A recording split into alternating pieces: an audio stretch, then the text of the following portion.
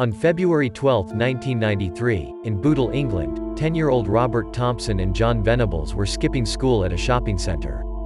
The boys were busy shoplifting and committing other delinquent acts, but most horrifying, they were planning on committing murder. 2-year-old James Bulger was at the shopping center with his mother and slipped away as she was completing her purchase. Bulger encountered Thompson and Venables. He was just running around, was he, James? Yeah. Will you tell me exactly, slowly, right? Just said, come here.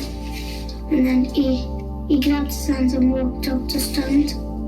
CCTV footage showed the pair leading the 2-year-old away.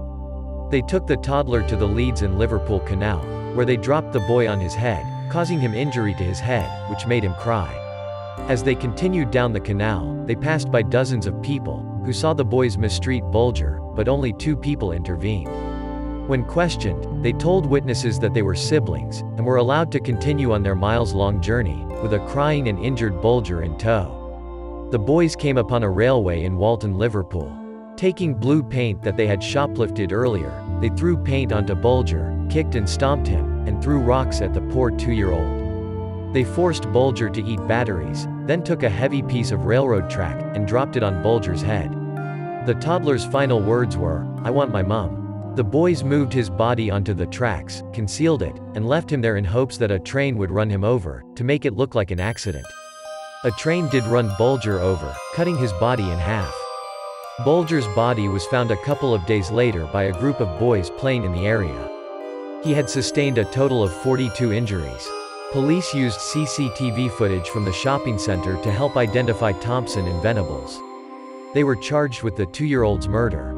The boys admitted to psychiatrists of knowing the difference between right and wrong and understood what they had done. I'm gonna end up getting out of the plane because I've got blood on me. We're asking you to come, and we want you to tell us the truth, that's all. Not give the blame to you or anything else. But it's only the truth that we're Yeah, Johnny's through breaking his face. What was Robert saying while he was doing all this? He was saying, stay down, you stupid dick. Why do you want him to stay down? I don't know. Sounds like I'm dead, probably. Where did the stones in the bar hit him? In the head. And you say the bar knocked him out? Yeah. Onto the railway track. And what happened then?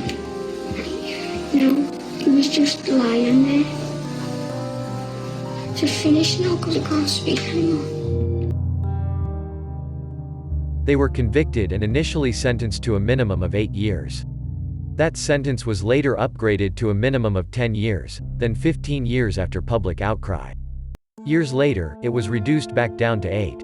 In 2001, after serving 8 years, a parole board agreed that Thompson and Venables, now adults, were no longer a threat to society.